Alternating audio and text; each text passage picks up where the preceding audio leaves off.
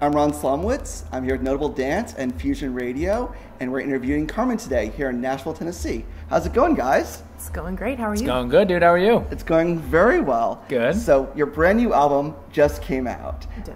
And the big question is, what took so long? Yes, that is a great question. That's a great question. We don't know if we have the answer. Yeah, it was postponed a few times. There was just some label things, and but no, dude, we're just glad it's out. We're glad to just release the damn thing. Yes, and even though it did take a long time, every time we went back in the studio, the music kept getting better. So I think it worked out perfectly, and we're super proud of every single track. Is it a challenge being known for doing covers of other people's music to doing your own music? Was that a challenge to write your own songs, things like that? The perception, I think, was the only challenging part. We had been writing our own music the entire time. Yeah, the covers came up as a hope that we could grab a bigger audience, because the original music were writing in the beginning was very like Simon and Garfunkel, very singer-songwriter, Starbucksy, which was great, but we super John Mayer inspired. When we started doing the songs off the radio to get attention, the rapping happened, and I think that was the missing element that we needed to give us an identity. Mm-hmm. Is it a challenge also to do both pop and rap in the same song? It's a challenge to do pop, rap, dance, hip hop, and rock.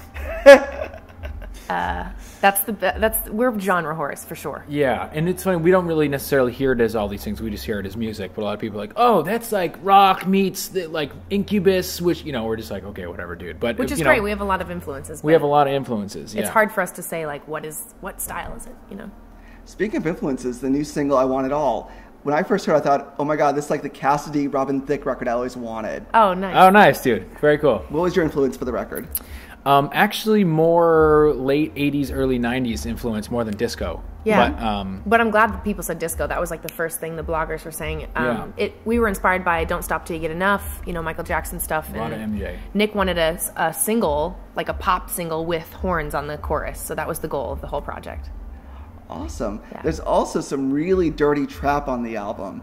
And when you're working on a track like that, does the guy like John or Nathaniel give you a track to write to? Or how's your songwriting work with a music like that? Yeah, all that stuff was made in the studio. In the studio, there was real no time. First track. Yeah, we were writing I write a lot of the melodies and some of the lyrics, obviously, because I do a lot of rapping, but the drums and everything. Nick is co-producing on a lot of the albums, so it was a lot of him and Nat and John yelling at each other, and it's like a party in there. It's loud, hours and hours, and then if we're not like jumping around and we're not excited, then it doesn't make it. Talking about jumping around and being excited, I swear you guys were channeling Outkast on Try Me Out. Yes. Oh, yeah, totally. Thank totally. you. There was so much Outkast and No Doubt. Listened to a lot of No Doubt as well. A lot of Pharrell, older Pharrell stuff that we were listening to. Missy Elliott inspired this album, so glad you say that.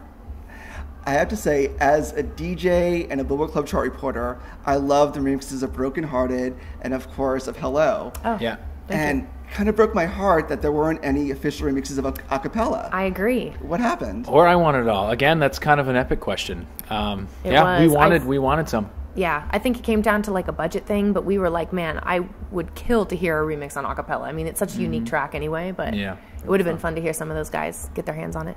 There are some great bootlegs. I'll send them your way. Oh, please. Oh, yeah, please do. Oh, yeah, I saw some on YouTube and I Want It All, too. There were some great ones on YouTube. Yeah? Nice. Since y'all are known for starting off as doing covers of other people's music, what's your favorite cover someone has done of one of your own songs? Ooh, good question. Oh, what's the favorite one, huh? There were some probably the covers of acapella were my favorite. I can't. Those are always so funny. I don't know if I can there was a girl. favorite. What's her name? There's a girl. I think she's from Nashville. I think she's from Nashville I'm too. just generalizing because she's a country singer, but she killed it. They did like this bluegrass version of acapella, which was so surprising, and I love being surprised. I think it was amazing. It was fun. It was really cool. So you're in here in Nashville. You got in yesterday. Yes. What'd you do while you were in the Music City? Woo. Actually, we did a thing with Gibson yesterday. That was our first stop. We went to Gibson. We had to see everything, and then we actually did a video with them.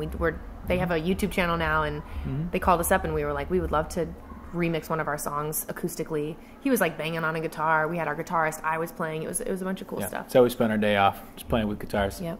Great thing. I noticed your watch. It's hard not to. This little guy. I wouldn't worry about that little guy. Thank you. That's I got that Nixon. for him. Yeah. What was that? Christmas present or something? Something like that. Yeah, he loves the old Nixon watches because they make the really big face. It's like 52 millimeters. That's what she said. I can tell. What time it is. I can tell time from all the way from there. You know. Yeah. So, with all the production on your album, how do you bring that across in a live setup? Do you have a band behind you? Do you work with tracks? We do. There are some tracks just to the things that we can't physically do at the same time. Right. I wish we had budget for background singers. Yeah, totally. Horn section. But majority strings. of it's the band. We got it's us, and then I'm playing keys and trombone and a couple different things. 3 guys behind us. And then bass, guitar, and drums. Wow. And so, do you normally fly from gig to gig, or are you doing a bus tour this time? Yeah, we're doing a bus tour this time. Usually we do fly, which is kind of a pain. There were 6 plane rides on this tour so far. Right? Yep. Yeah, so maybe there's still 8, some. 10 by the end of it. So 6-week tour, it's not too bad. We prefer the bus. I'll say that. We love the tour bus. Big time. And is Bonnie on the bus with y'all? Bonnie's got her own bus. She's on her own bus. She doesn't need to be we, on our bus. We get on each other's buses. We get on each other's buses, if you know what I'm saying. How did y'all meet up with Bonnie McKee? Does that go back a while, or is that just for this tour? Go back a It actually does go back a while. Right after the covers blew up, we had a writing session with her. So, it's just a small world. So it was like an A&R A&R put us in the studio with her, and we were like, who is this girl? And they're like, oh, she's written 1 million hit songs. And we were like, oh, great. And what happened was we started a song idea, and then we ended up just like talking so much and bonding sort of as friends that we left the studio and just went to a bar and got super hammered. Hey, that's the way to do it. That song is really good, though. We've never finished it. Yeah, no, I don't think anybody's heard that song. Oops. And you've also worked with lots of different producers. Tell me a funny story about working with the producers and then just kind of blew your mind in the studio. Ooh. Oh, yeah. There's just the flow of everybody's, like their workflow is just so different. Some people work really, really fast. Some people want to take their time. Like some people have really high energy. Some people have low energy. So it's just kind of like getting a feel for their workflow at first and then, getting comfortable and stuff. That's just kind of the biggest challenge. Yeah, I think what was cool in the beginning, because we come from a DIY, like, here's some speakers that we got at Guitar Center in a set of, DIY studio, going into some of the studios in Los Angeles where, like, Thriller was recorded and where the Beatles have been. And we did a stop in Memphis. We played at Sun Studios, which was, like, Elvis's spot. And so that's been the coolest story for me, is actually being in that energy of where these icons were. Wow. I want to ask you, social media-wise, what's the best way to follow you online?